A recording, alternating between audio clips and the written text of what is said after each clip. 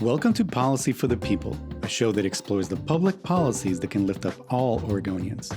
This show is a collaboration between KMUZ Radio and the Oregon Center for Public Policy.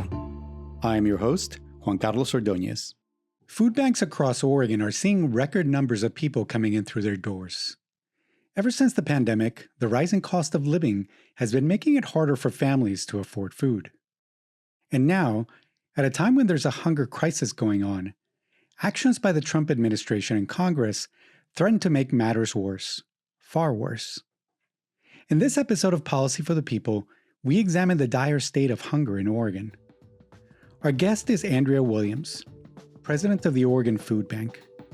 Andrea discusses what food pantries in Oregon are seeing, the actions by the Trump administration that have cut support for food bank networks across the country, and the risk that Congress may weaken the nation's most important nutrition program. We also talk about the kinds of policy changes that can take us in a better direction, including Food For All Oregonians, a policy that would ensure that all young children in Oregon, regardless of their immigration status, have access to nutrition assistance. It is a policy proposal premised on the recognition that food is a human right. Here's my conversation with Andrea Williams. Andrea, welcome to Policy for the People. Thanks so much for having me, Juan Carlos. It's good to hear your voice.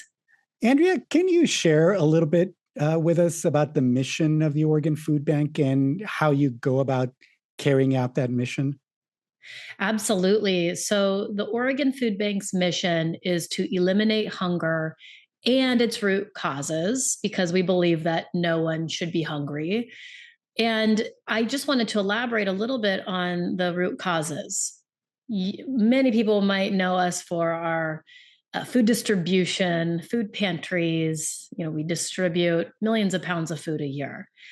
And we also recognize that we're not going to be successful in ending hunger unless we also address the reasons why people are coming to our food assistance sites in the first place.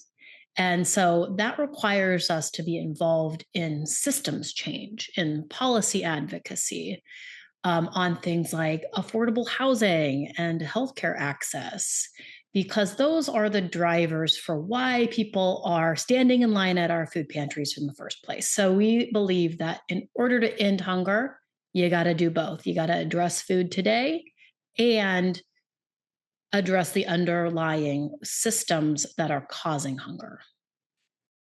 You became president of the Oregon Food Bank in October of last year, if I'm not mistaken. What made you want to lead this organization? So my career has been focused on mostly policy advocacy and social change. Straight out of college, I started working for an immigrant rights organization called CAUSA. And there is when I worked with our communities to organize and advocate and win on policy changes like driver's licenses for all and protecting our 37-year-old sanctuary state. Oregon's the first state in the nation to pass such statewide policy. And it was there that I saw how social services and civic engagement and policy change are all interconnected, right? At CAUSA, we were both connecting people to resources to meet their basic needs, their needs of today, things like food and paying rent, while also organizing them to share their story and testify for policy change. And so that's where I really gained a passion for how we can engage our communities in the changes that impact their daily lives. And at Oregon Food Bank, certainly that is the path that this organization is on, is transforming the organization and going beyond just food distribution to building on that, to making a larger impact in our communities. Let's talk about the state of hunger in Oregon right now. I'm wondering if you can share with us how bad the situation is when it comes to food security that our families are facing. Absolutely. So I don't have great news here, as you probably could have guessed. I'll just share some numbers with you first so you can get a sense. Last year, Oregon Food Bank and our network of regional food banks saw about 2.5 million visits to our food assistance sites throughout Oregon, right? 2.5 million visits to food pantries, to free food markets, to anywhere where we are distributing free food for individuals. When you compare that year over year, that's a 31% increase from the prior year. A 31% increase. That's double the year before. The year before, we saw a 14% increase. So this is a record number of visits for us. Our network, right, we were hard at work. We were sourcing and distributing over 91 million meals. That's about 110 million pounds of food. That's a lot of food, and it was still not enough. Our food pantries, our regional food banks, even since last year, have been telling us that food is flying off their shelves and that they're needing to ration and make choices. So that started last year due to inflation, rising costs of food, rising costs of rent, right? And today, there's about 1 in 8 people and 1 in 6 kids in Oregon and Southwest Washington that face food insecurity. And that's across the state, from Ontario, Oregon, to Portland, to Klamath Falls. So this means that so many of our Oregonian neighbors and their kids don't know where their next meal will come from. Of course, that was the state of hunger before we saw the federal funding freezes and now the various changes we are seeing at the federal level. So we anticipate that the state of hunger in Oregon will get worse. And we can talk more about that in detail. But to give you a high level, need has been rising, since basically the pandemic. It's not a good situation, unfortunately. I definitely want to come back to questions of federal policy, but first, let me just follow up and ask, you say we're seeing hunger be a problem from one corner of the state to the other. Are there parts of the state that are doing worse that you're seeing, or are there certain communities that are having a harder time putting food on the table? Oh, absolutely. Food insecurity impacts across the state, and there's tons of research that shows that food insecurity in particular impacts rural communities more than others due to distance and access, food deserts and things like that. But one of the things I want to really emphasize for listeners is that food insecurity disproportionately affects our communities that are already facing inequities, right? So historic inequities and systemic exclusions have created this reality where Black, Indigenous, communities of color, immigrants and refugees are facing higher food insecurity rates than white counterparts. Single moms and caregivers is another demographic that is disproportionately impacted by food insecurity. And in addition, trans and gender expansive communities are 2 to 3 times more likely to face hunger and poverty in our region.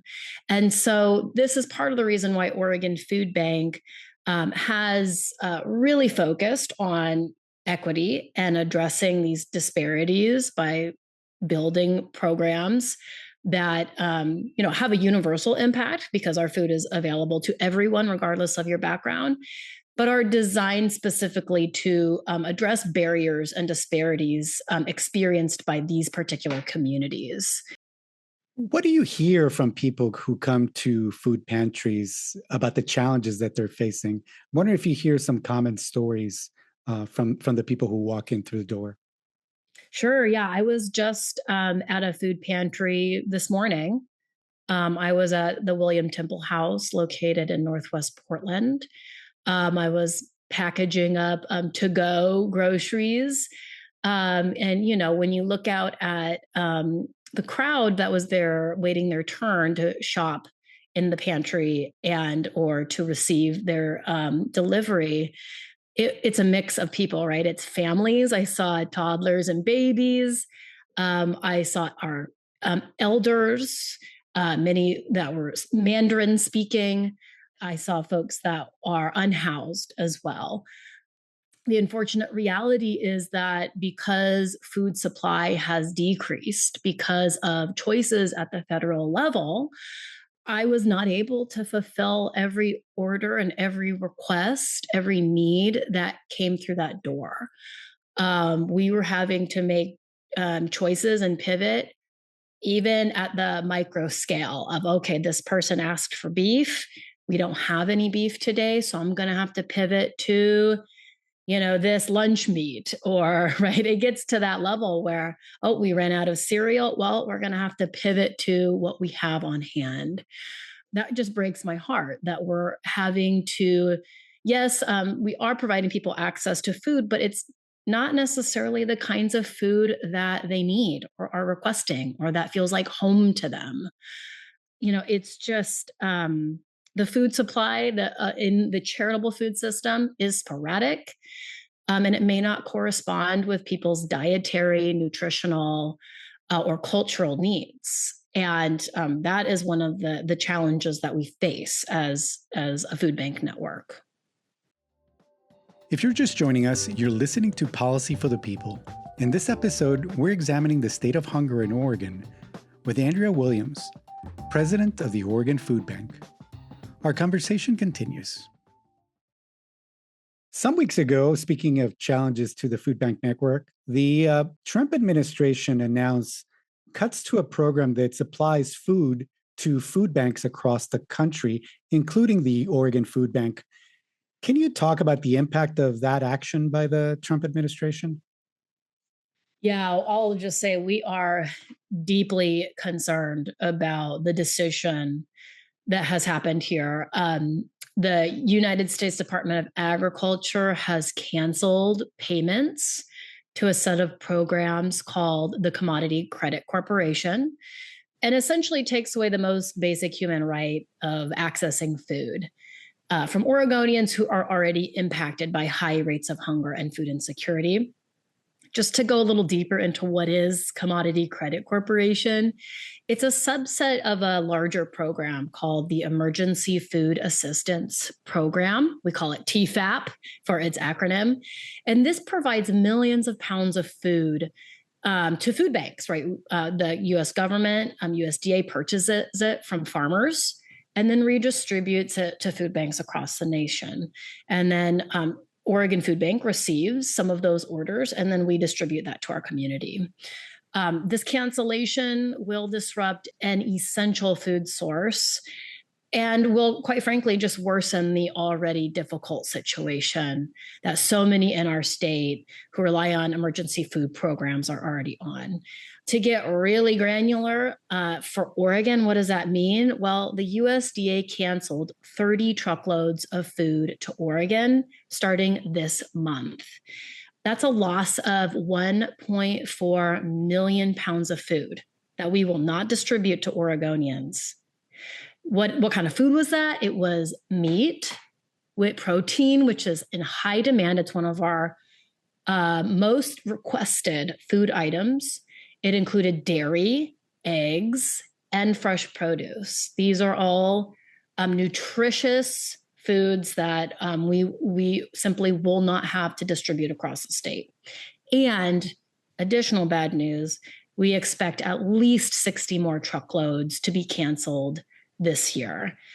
Overall, that equates to over $6 million worth of food that we will not be distributing to families. It means empty shelves. And so it's deeply felt. There's another threat to food security coming out of Washington. And in this case, it's the budget plan put forward by the Republican majority, which starts to cut more than $200 billion from the Supplemental Nutrition Assistance Program over the next decade. And this is what we used to call food stamps. If Congress actually follows through with this plan to cut supplemental nutrition assistance, what impact would it have on struggling families in our state? First of all, I just want to start by saying SNAP, or what we call food, we used to call food stamps, is one of our most effective anti-poverty, anti-hunger tools that we have.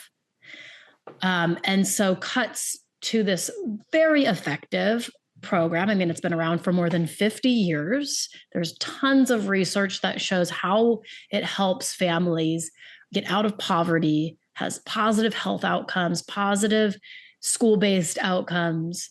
It is quite scary to think about this program being cut.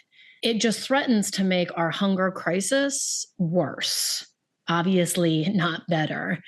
And in fact, we would argue at Oregon Food Bank that Congress should be strengthening support at this time. And so just to give you an example, so in Oregon, there's about 700,000 Oregonians that access SNAP. 700,000 Oregonians. That's quite a few people. And yes, there are several proposals on the table to reduce SNAP benefits. So that includes things like taking away SNAP from working families by eliminating something called a categorical eligibility and creating a harmful benefit cliff, meaning that earning over a set amount would cause a significant drop off of benefits. It includes things like ending what we call Heat and Eat program, which helps people with high heating and energy bills qualify for additional support. And it also includes imposing harsher time limits for people struggling to find full-time work, despite clear evidence that time limits don't work. And as I'm sure so many listeners have been aware, with the layoffs happening across our workforce, both driven by the federal government, but by also larger corporations, none of these solutions help improve everyday people's lives. And so any negative change to SNAP is going to drive more individuals to need to use the emergency food system that is run by food banks and social service organizations. One thing that Oregon Food Bank likes to remind people is that food banks were designed for emergency situations, right? Think, a weather event, a flood, a one-time event. And unfortunately, the hunger crisis has now become prolonged. It is an ongoing crisis. And so we are having to take a system designed to be an emergency food system and make it people's day-to-day support. And it's programs like SNAP that help us avoid that. Let's bring the conversation back to Oregon. And given the picture that you've just painted, what do you think the legislature ought to do to address hunger and food insecurity?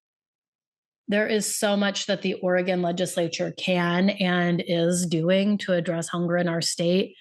Like I mentioned before, Oregon Food Banks sees addressing hunger as more than just food, right? It's making sure that we have enough affordable housing. It's addressing our houseless population. It's reducing racial disparities. And Oregon Food Bank has also some very specific ideas for how we can go about addressing hunger in our state. We believe that everyone in Oregon, including immigrant and refugee families and people seeking asylum, should have access to food and other essential resources. Yet thousands of Oregonians who are also taxpayers are excluded from food assistance simply because of their immigration status. And so Oregon Food Bank's priority bill this session is Senate Bill 611. We like to call it Food for All Oregonians. And it really would be a historic policy for our state that would make food assistance available to Oregonians ages 0 to 6 who are currently excluded due to immigration status. So it would basically replicate SNAP. It would provide grocery money to families, very similar to the federal SNAP food assistance benefits. really, we're talking about babies and toddlers that are not yet in our schools, right? There are several school-based programs that provide breakfast and lunch to all school children, which is also under attack. So we can talk about that separately. But these are kids that are in preschool, right? I have kids this exact same age. I've got a 2-year-old and I've got a 5-year-old. And as a mom, I'll tell you, I know how important it is that they are regularly fed healthy foods. There is so much good public health information out there about how important it is that our 0 to 6-year-olds have access to nutritious food. It just sets the full foundation for the rest of your life. I was just at OHSU where I was listening to research about the developmental origins of health.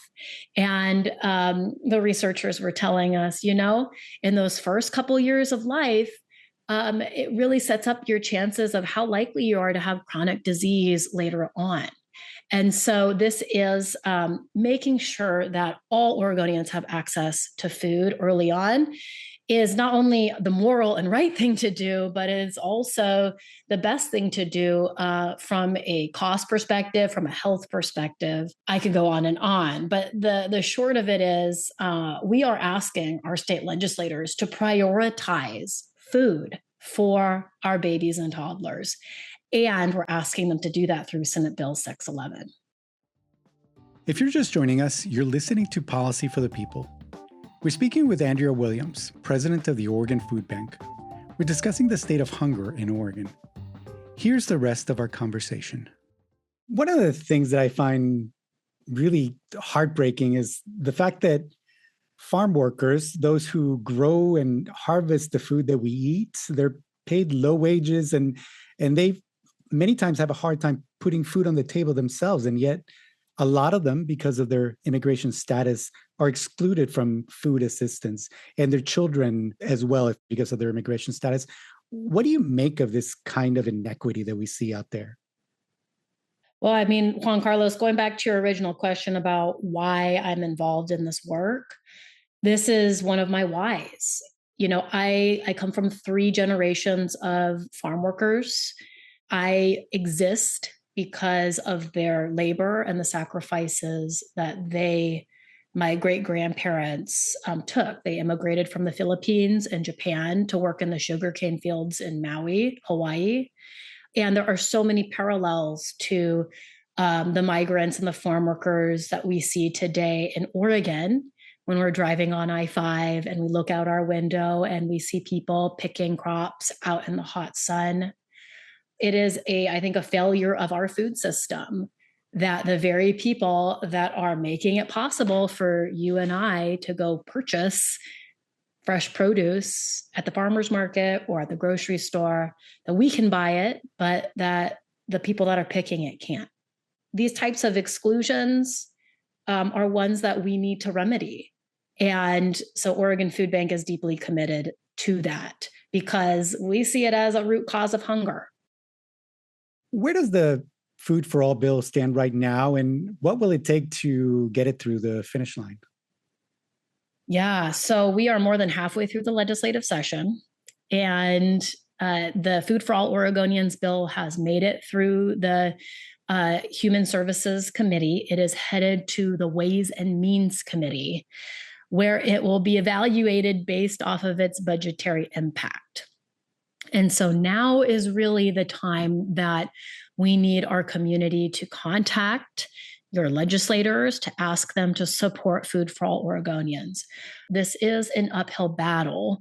As many listeners might have already heard, the state of Oregon and the legislature, it's just such an uncertain time for all of us. Including the state legislature, including the state, who receives quite a bit of federal funding to support services like critical bread and butter services, rental assistance, et cetera, that the state relies on to support its residents. And so they're having to pass policies in an environment where there's tons of uncertainty. And our job as advocates is to remind decision makers why food is a basic need, um, what we believe are solutions to addressing hunger, and doing that consistently. Whether or not we pass Food for Oregonians this year or next year or the following year, Oregon Food Bank will remain committed to continuing until we're successful. In my work previous to Oregon Food Bank, I've been part of a lot of long struggles. It took us almost 20 years to pass driver's licenses for all. It took over a decade to pass Cover All Kids and then the healthcare for adults, right? It takes time and effort for the Oregon legislature to adopt inclusive policies over time. That's because they cost money. It takes persuasion and endurance, and we're here for it. So, the main focus right now is Food for All Oregonians, contacting your legislator, and it's not too late. Actually, right now, between now and mid-May, which is when the revenue forecast comes in, is one of the most critical times to have Oregonians contact their electeds to let them know that they support Senate Bill 611. For Oregonians who may want to connect with the Food for All campaign, where can they go? Yeah, you can visit our website at foodforallor.org, and you can sign up and receive more information. Andrea, any final thoughts you want to share with us regarding the state of hunger in Oregon and what we can do to address that critical problem? Times are feeling heavy, and I will admit that sometimes I struggle to stay positive and I struggle to have the energy to continue on. But what I do for myself personally is find those ways to contribute locally to my community. And, this morning was a great example. Getting out there, connecting with people experiencing hunger, volunteering, seeing people face to face gives me hope, because you hear their stories, you see how much of a difference even a day's worth of food makes for them. And it shows you the resiliency of our communities. And so I would just encourage folks to get involved in whatever way they can. We have to continue being involved in our communities. That's how democracy survives. And when we feel like there are existential threats, like there are to so many of us under the current federal administration, connecting locally and doing as much as you can in your community, I think, is one of the antidotes that we have. So thank you so much for having me, Juan Carlos. And I hope this was informational and helpful for your listeners. That was Andrea Williams, president of the Oregon Food Bank, discussing the state of hunger in Oregon and policy changes that can improve food security in our state. Thanks for listening, and we will see you next time.